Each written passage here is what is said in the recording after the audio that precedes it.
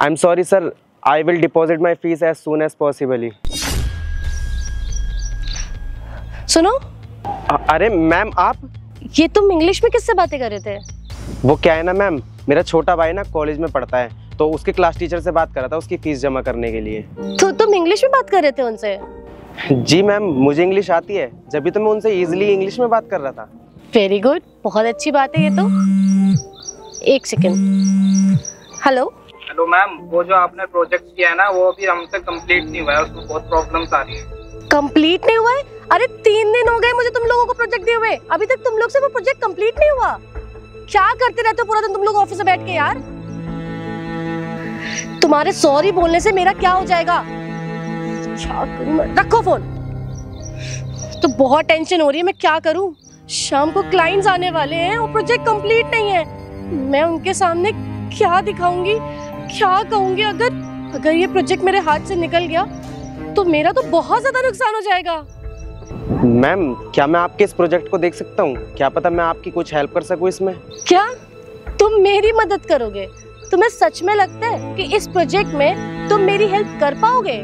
Yes ma'am, मैं इस project को कंप्लीट कर सकता हूँ। देखो, ये कोई ना इंग्लिश बोलने वाली बात नहीं है, ये प्रोजेक्ट है।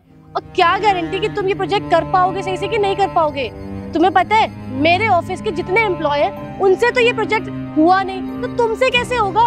I can't believe this. Ma'am आप एक बार मेरे ऊपर ट्रस्ट करके तो देखो, आप चाहो तो मैं इस प्रोजेक्ट को कंप्लीट कर सकता हूँ। अच्छा, तो तुम कर लोगे ना? ये लो, ये वो प्रोजेक्ट वाली फाइल है, इसमें सारी डिटेल्स लिखी है। अब मुझे बताओ इसको कैसे सही करना है। देखिए मैम,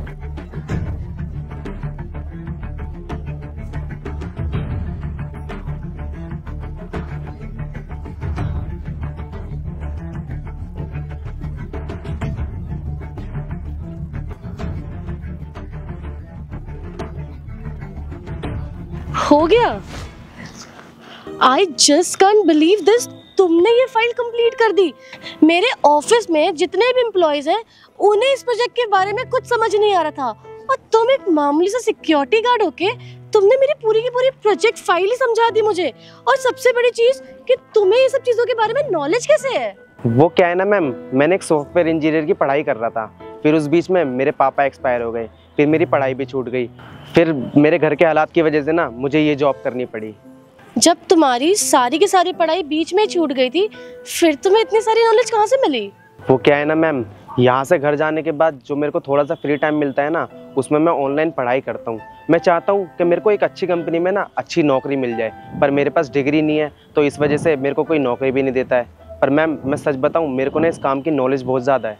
वैसे ना एक बात किसी ने बहुत सही कही है कि आगे बढ़ने के लिए ना मेहनत और लगन की जरूरत पड़ती है, पैसों की नहीं। वैसे एक बात बताओ, अगर तुम्हें पढ़ने का दोबारा मौका मिले तो क्या तुम फिर से पढ़ाई करना चाहोगे? जी मैम, मेरे को अगर पढ़ाई करने का दोबारा मौका मिलेगा ना तो मैं ज़रूर पढ़ूंगा। मुझे तुम पे पूरा यकीन है कि तुम ज़रूर कुछ ना कुछ कर लोगे। और वैसे भी जिस इंसान ने ऑनलाइन स्टडीज़ करके आज इतना कुछ नॉलेज गेन कर ली है, वो इंसान अगर पढ़ लेगा आगे चल के तो वो पता नहीं लाइफ में क्या ही कुछ बड़ा कर लेगा। जी मैम, आप बिल्कुल सही कह रही हो। तो एक काम करते हैं, आज से ना आप सिक्योरिटी गार्ड की नौकरी नहीं करोगे, आप मेरे ऑफिस में मेरे एम्प्लॉय बन के काम करोगे, और आपकी जो भी सैलरी होगी ना वो आपके अकाउंट में पहुंच जाएगी। बाकी जो आपका पढ़ाई का खर्चा है वो मैं खुद उठा लूंगी। ठीक है, फिर मिलते हैं ऑफिस में। ठीक है मैम, थैंक यू। ओके।